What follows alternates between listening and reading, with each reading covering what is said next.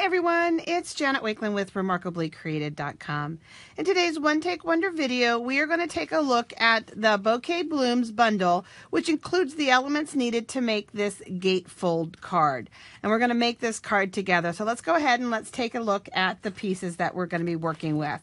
So as with all of Stampin' Up's bundles, they are what I call permanently on sale. You can purchase them at a 10% savings, but of course you can also purchase them individually if you just want the stamps or just want the framelits or thinlits that are part of that bundle.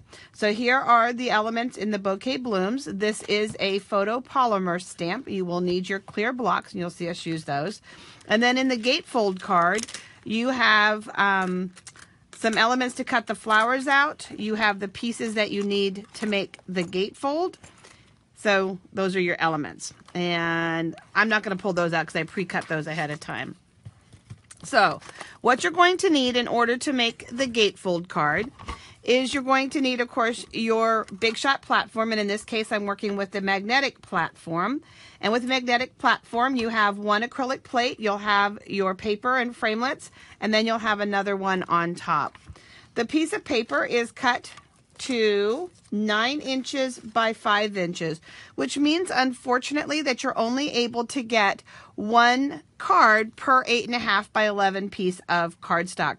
What I did was I tried to work to make sure then that the card that I was working with or designing, I could create elements from the leftover pieces of that 8.5 by 11. Also, because it is 9 inches by 5 inches, it's too long to put both of these elements on your paper at the exact same time, unless you have the extended platform. With the Stampin' Up bundles, we only have the traditional platform. So you have a straight edge here, you have a straight edge here, and those are what you're going to want to line up. And we're going to go ahead and you're going to put that right there on that edge. And again, we're going to line this up with the edge of the card and this up with the edge. You'll run it, you'll put your plate on it, you'll run it through, you're going to take that off, and then on the other end, you would put the other one, and again, lining up those two edges right here. If you find that your pieces are shifting on your plate, or you want to make sure that they do stay nice and in place, you can either use a Post-it note to hold them in place, a great use of that washi tape that you've been hoarding and keeping around, or even painter's tape will hold that in place for you as you die cut it. When you're done die cutting, what you're going to have is you're going to have a piece that looks like this.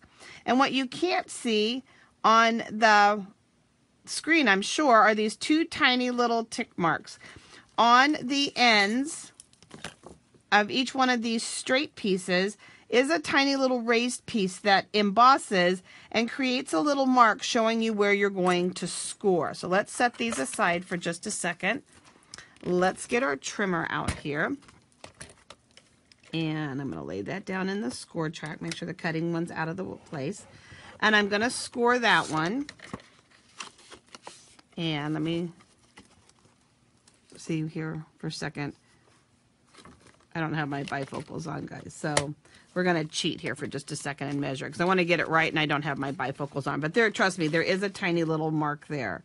So, and that mark happens to be at 1 1/8. So that's what we're going to score that at, is 1 1/8.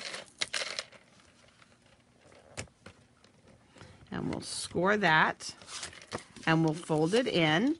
And then one of the things as I was working on this card that I noticed is that you really want good creases. If you don't crease it really well, and I'm just reaching overhead, hope I don't bump the camera and push myself too far into the screen.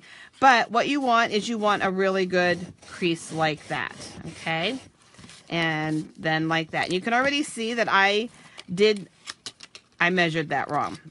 If you follow the dots, trust me, if you follow the crease line, it will overlap. And let me pull the master back out here for us for just a second. They do line up when you follow the crease mark. So I just flat out measured it wrong is what I did. And what you're going to do in order to bring it together again is then you're going to lift this up and then it just interlocks over top of that leaf. So we're going to finish putting it together as if it is lined up and matches with no opening. But again, you need that great, really strong crease on here. Otherwise, it really, really pops open and you're not going to have it lay nice for you. So the rest of the elements that we created for this card, we went ahead and stamped, and I'm playing with one of my favorite colors in the new color revamp by Stampin' Up, this Mary Merlot. We have stamped a flower. We have stamped the word friend.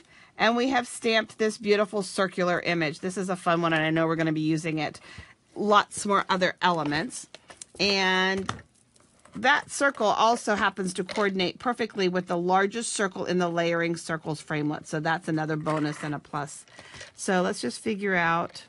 So 3 inches wide. So we're going to put it at 1.5. And we're just going to cut it. So I have 2 half pieces. And then what I did was I took designer paper. We have 6 different 6x6 stacks of what I call monochromatic designer paper, where it's just kind of tone on tone. So in this case, it's the Mary Merlot that's tone on tone, or Mary Merlot in white.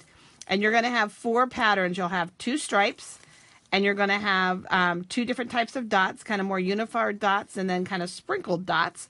And you're going to have these in our brights, our neutrals, our subtles, our earth tones, our in color for 1719, and our in color for 1820. So 6 different packs of those. So this came from that pack of the neutrals. Merlot is now one of our new neutrals. And we would just go ahead, and that would get adhered on here first. This is going to get added right to this edge.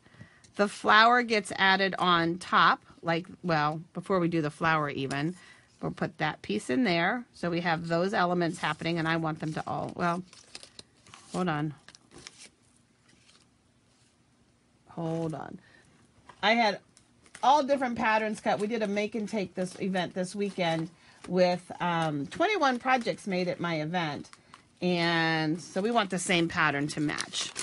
But of course you have to use everything in the pack when you're providing that many make and takes for guests and stuff like that. So I want my 2 patterns to match. That's where I got a little confused for just a second. This element goes on here. Then we're going to put that one on top of that flower. The last thing that we do is we cut our word friends. And I actually glued that onto the flower so that it opens up as the card opens up. And then a fun new little element that was added. This is one of our little tropical blossoms. It's kind of a lightweight ceramic. It does have leaves. And I chose just to add the leaves. And then our wonderful new little self-adhesive sequins, we added a few of those. So that's the Gatefold card. So again, 9x5. Make sure that you pay attention to where that score mark is, and I'll measure that. And I'm actually going to write down those measurements, and I'll put that in the blog post for you at remarkablycreated.com. Just in case those marks are so light like I just did, and I made a mistake with that piece there. So now let's take a look at 2 optional ideas made with this bundle. So here is this one here. This is one of my favorite new color combinations. I wasn't, I'll be honest, too sold on the petal pink color. I wasn't quite sure about it. But when I mix it with the new beautiful granite, it just really kind of all comes together. There's the flower element, and that does have a framelit. Happy for you, friend. I don't use squares enough, so that made me feel good to put the square out there. And then here's another bright, vibrant one.